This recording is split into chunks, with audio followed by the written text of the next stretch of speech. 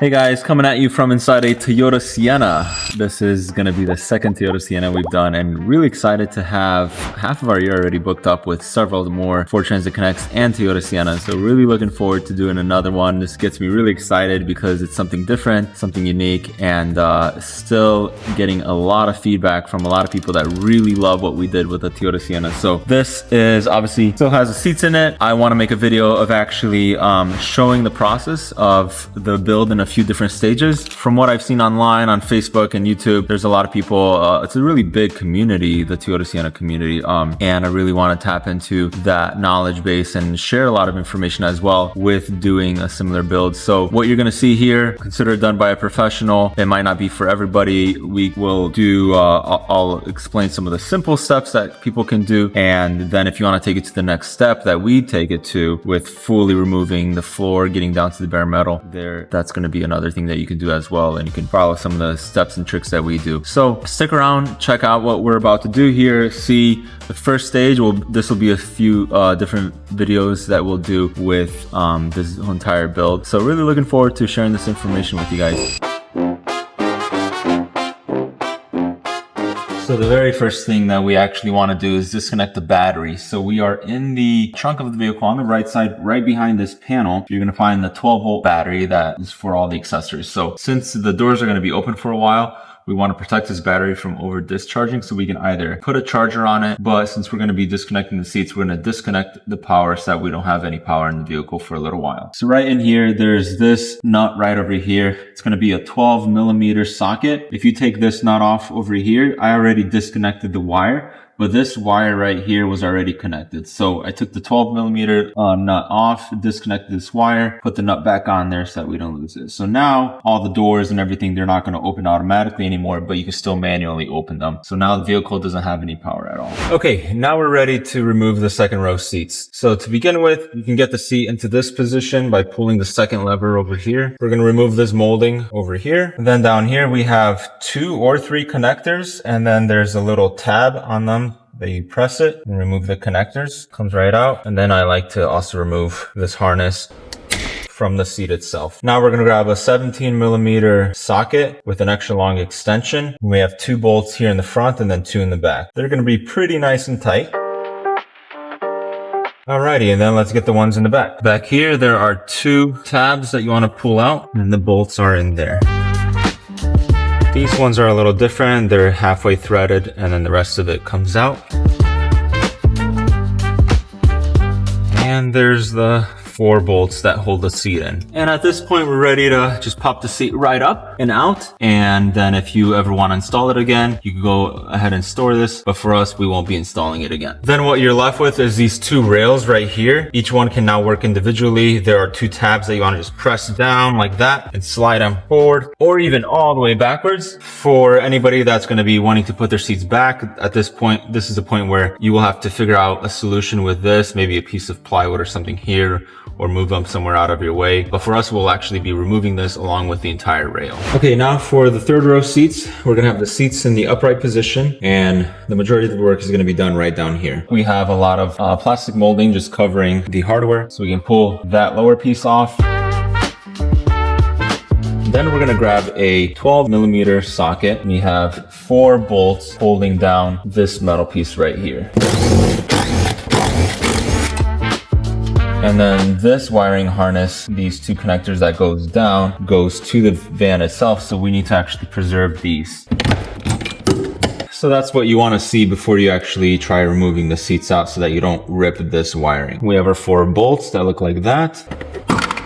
Okay, those are pretty tough to take off, but behind those, you're gonna see 2 more nuts bolted right there. Okay, we should be all ready now. We're gonna pull the handle just like you would when you're normally putting the seat down. We're gonna let the seat fold in on itself just to easier manage taking it out. Okay, now that we have all the seats out, you can see the sub trunk and where the 2nd row seats were. We can go ahead and just remove all of this rubber floor mats, and then we're gonna get to removing the carpet as well.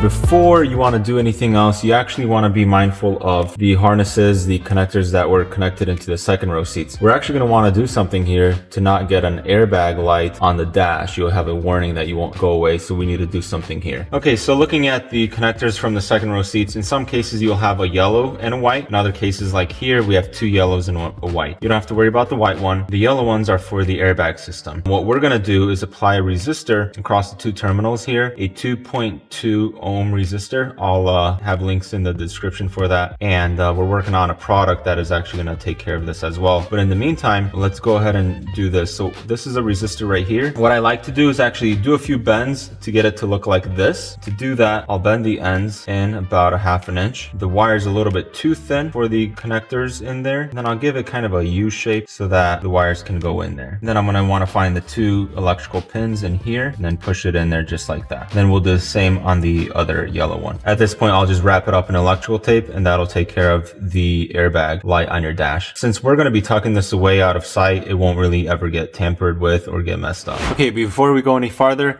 so far, everything that we've done is fully reversible. At this point, we're going to get into the territory of things not exactly being reversible, and in some cases, it's going to be very not reversible. Some clients or potential clients ask us if what we build is able to be put back to its original state. Of course, it's not. Even clients that are paying us to get a full build, if one day they do want to sell their van, we can help them do that, and they will get full value of their vehicle and the camper as well. We build this to last for a very long time, so then we are wanting to get down to the actual metal floor that you're going to see right here. So what we're going to start with next is actually starting to remove some trim around the rails to be able to also then remove the carpet as well.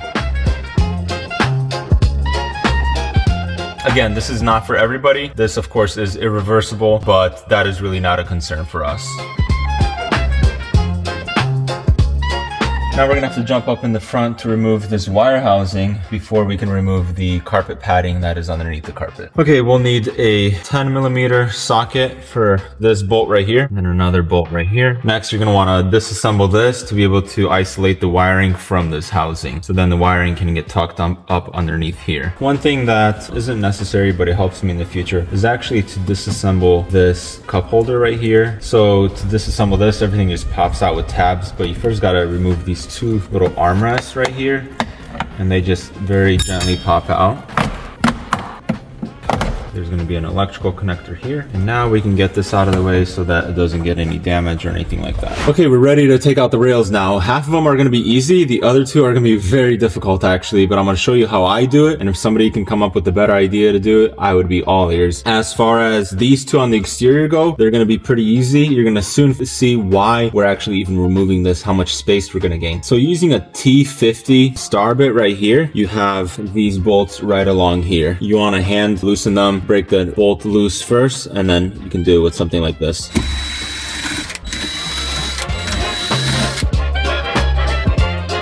Okay, so the two on the exterior come out with bolts, which is great. Now the two on the interior are the ones that are the very difficult ones. There are a few nuts that are accessible from the bottom side without removing anything underneath, but these are different in the sense that this bolt is a flathead that you cannot access. You can only access the nut underneath. There's like the gas tank and stuff over here, which without dropping that gas tank, I don't think there's a way to actually access that. So I think these two back here I can access from underneath, which I will do, and then the rest of them I'm gonna actually have to grind off the top of the bolt to be able to pop the rail out. But let me show you why we're removing these rails. We're gaining about 1.25 inches, almost 1.5 inches of head height here.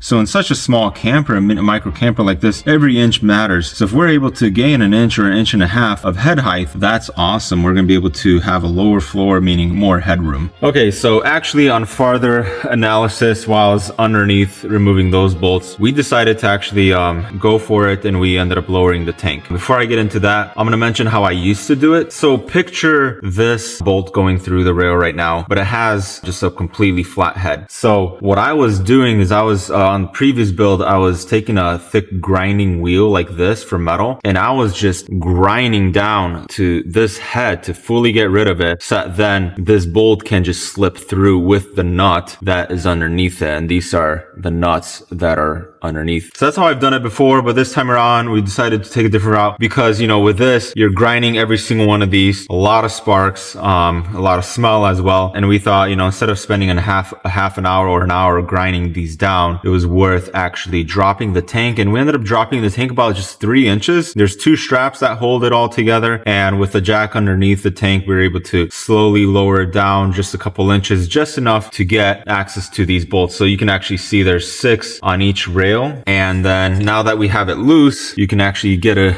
good idea of what we're dealing with here. So there's no way to remove the bolt from the top, and then this is sticking out the bottom like that. In this case, technically this now is fully reversible. So using a floor jack, we were able to lower the tank just a few inches to be able to gain access. Here's a quick peek at one of those nuts from the bottom side. It's that one right there, and it's a 17 millimeter nut. And here's a view of those nuts up above the fuel tank. There's a few of them above that. So looking at the fuel tank here, we're able to drop it about 3 inches just to get enough access. Okay, now that we have the rails moved, some more things we have to do before we can get this carpet matting out. I went ahead and cut it right about here so I can get some more of this carpet out. And then this is some air duct that comes from the HVAC from the rear, blows out heat from here, and then also comes right here. In our design, we are getting as close as we can with our drawers under the bed, as close as we can to the floor to maximize this height. And then we're actually going to essentially be getting rid of this right here. So we'll still be maintaining the vents up at the top, but then really to maximize our floor here and storage, we'll be getting rid of this. So we'll go ahead and pop this out. You have this sensor right here that we're gonna relocate. It's gonna be saved for later.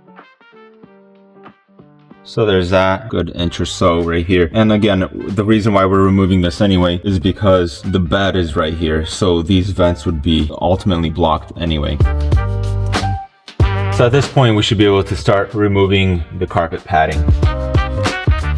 And there we are, ladies and gentlemen. We are down to the bare metal floor of a Toyota Sienna. Up next is going to be our plywood floor. There's going to be a little bit of prep work to get that ready as well and get rid of a few more obstructions that are sticking up. Alrighty, working on getting this floor a little bit more flat. There's a lot going on here we need to handle before we can get a nice plywood to go all the way. One of them being the cap that is above the fuel tank access point, the fuel pump. I actually removed that metal lid and then taped it with aluminum tape to get it perfectly flush and level with the rest of the van right there. Then as we keep on going back, we can feel some of these higher areas where there's a sound dampening material. We're gonna start to be chiseling that off, and there's this area here I already got. I'm gonna do this one here, then a few points here, some of this as well. It needs to go basically with a nice flat piece of plywood. You can get around here and start to feel where it needs to be addressed a little bit for us to get a nice flat area that then we can glue and screw to the floor.